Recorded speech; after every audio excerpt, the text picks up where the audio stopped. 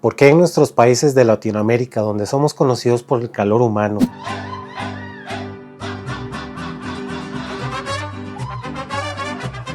por la hospitalidad, por invitar a un desconocido a sentarse en la mesa, por abrazar fuerte, por hablar con pasión, por hacer amigos en minutos, vivimos encerrados? ¿Por qué en una cultura que presume su amabilidad, su cercanía, su alegría y su sentido de comunidad construimos casas con rejas, muros altos, cercas eléctricas y cámaras en cada esquina? ¿Por qué saludamos con una sonrisa pero instalamos portones automáticos? ¿Por qué somos tan abiertos emocionalmente pero tan cerrados físicamente? ¿Y por qué vivimos con una paranoia constante de que nos van a robar? Hoy quiero hablar de algo que normalizamos tanto que dejó parecernos extraño: la jaula en la que vivimos.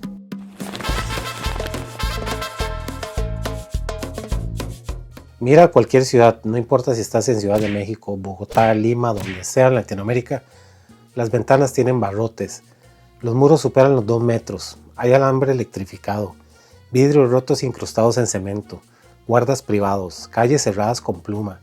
No construimos hogares, construimos fortalezas. Y lo más inquietante es que ya no lo cuestionamos. Crecer en Latinoamérica significa aprender ciertas reglas invisibles. No saques el celular en la calle, no camines solo de noche, no confíes demasiado, no dejes nada afuera. El miedo no es excepcional, es cotidiano.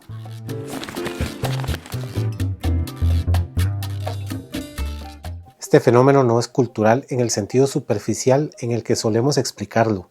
No es una cuestión de así somos, ni una característica casi folclórica de nuestra identidad, sino que es un resultado de estructuras históricas que llevan siglos moldeando nuestra manera de convivir, de confiar y de temer. Latinoamérica ha sido durante generaciones una de las regiones más desiguales del planeta, no como accidente reciente, sino como una herencia prolongada desde la colonia, cuando la tierra, el poder y la riqueza quedaron concentrados en pequeñas élites, mientras la mayoría fue excluida sistemáticamente del acceso a educación, propiedad, movilidad social y oportunidades reales de progreso. Esa distribución desigual no desapareció con la independencia ni con las repúblicas modernas. Simplemente cambió de rostro, se adaptó a nuevas formas económicas y políticas, pero conservó la misma lógica de fondo: pocos con mucho y muchos con poco. Y la desigualdad no solo produce pobreza material, produce distancia emocional, produce resentimiento acumulado, produce una sensación constante de injusticia, produce fragmentación social donde cada grupo vive en su propia burbuja, desconectado del otro, sospechando del otro, compitiendo contra el otro. Produce desconfianza, porque cuando una sociedad es profundamente desigual, no solo se separan los ingresos, se separan las realidades, las oportunidades, las expectativas de vida, y con esa separación se erosiona la idea de que todos estamos jugando bajo las mismas reglas. En un entorno así, la seguridad deja de ser un derecho universal y se transforma en un privilegio que depende del poder adquisitivo.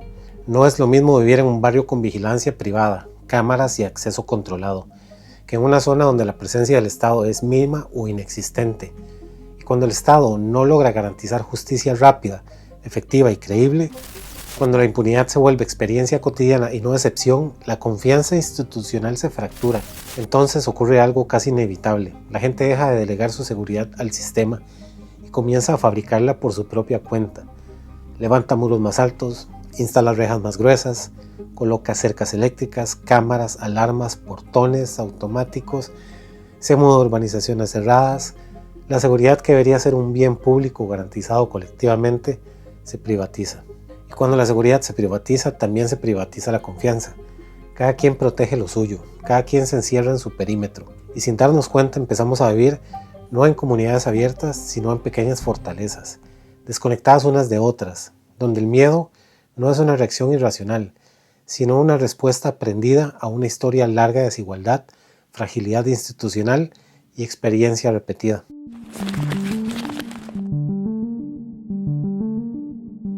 Aquí es donde empieza la parte verdaderamente incómoda, la que no se resuelve solo señalando a la historia o a las estructuras, sino mirando de frente ciertos comportamientos que hemos terminado por normalizar. En muchas ciudades latinoamericanas, el robo menor no se percibe como un evento extraordinario que paraliza a una comunidad, sino como una anécdota cotidiana que se comenta casi como con resignación, como parte inevitable del paisaje urbano. Le rompieron el vidrio al carro, se llevaron el medidor, desapareció la bicicleta. Y no son titulares escandalosos, son conversaciones comunes. Y lo inquietante es que muchas veces no se trata de actos impulsados por una necesidad extrema de supervivencia, sino por algo más silencioso y más difícil de admitir: la oportunidad. La oportunidad de tomar algo que no es tuyo sabiendo que probablemente no pasará nada. Existe una frase que se repite demasiado en nuestras calles, en nuestras bromas, en nuestra cultura popular: el vivo vive del bobo.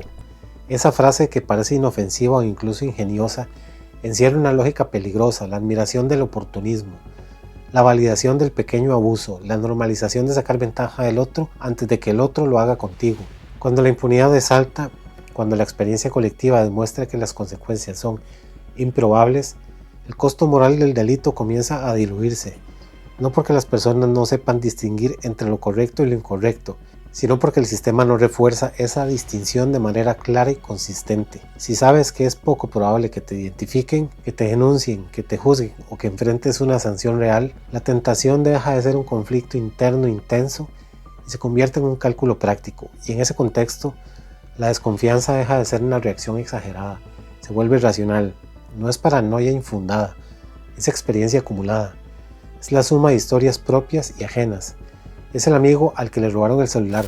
Es el vecino al que se le metieron a la casa.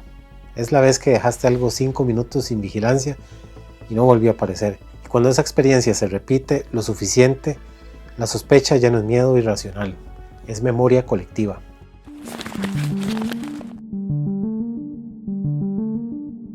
Y aquí está la contradicción más fuerte. Somos extremadamente sociables, pero la confianza es tribal. Confías en tu familia, en tus amigos, en tu círculo cercano, pero no en el desconocido, no en el sistema, no en la institución. En países como Japón o Dinamarca, muchas personas pueden dejar objetos sin vigilancia y encontrarlos intactos, no porque sean moralmente superiores, sino porque existe alta confianza institucional, baja impunidad, menor desigualdad estructural, normas sociales fuertes y consistentes. En gran parte de Latinoamérica el mensaje invisible es distinto: cuídate tú. Eso cambia cómo diseñamos nuestras ciudades, cómo educamos a nuestros hijos, cómo percibimos al extraño.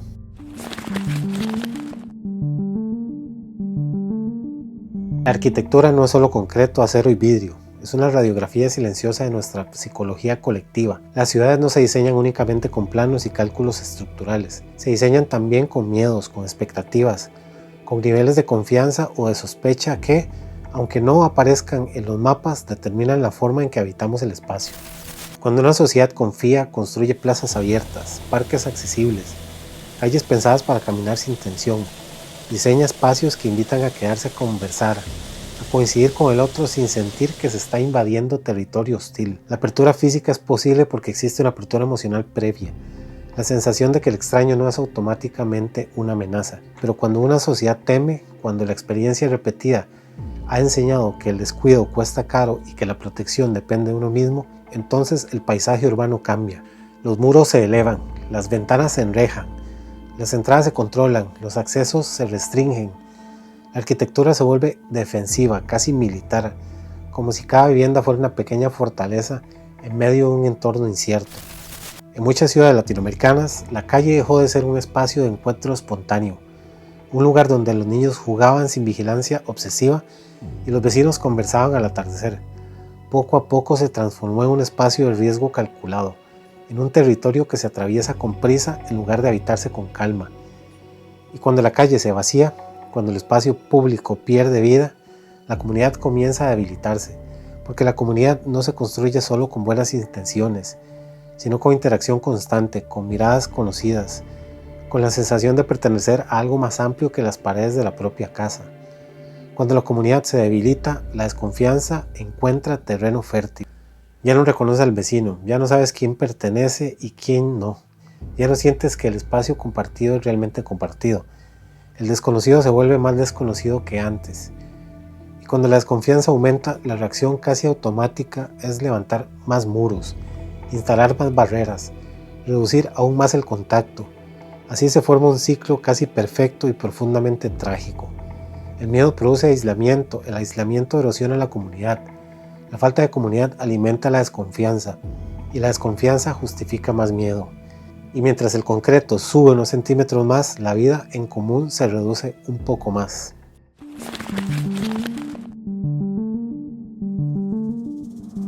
Esta es probablemente una de las preguntas más difíciles de formular sin que incomode, porque obliga a mirar más allá de las explicaciones simples y confrontar dimensiones culturales que preferimos atribuir únicamente a la necesidad económica.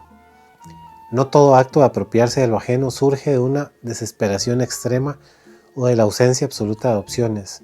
Muchos nacen de algo más sutil, más silencioso y más complejo.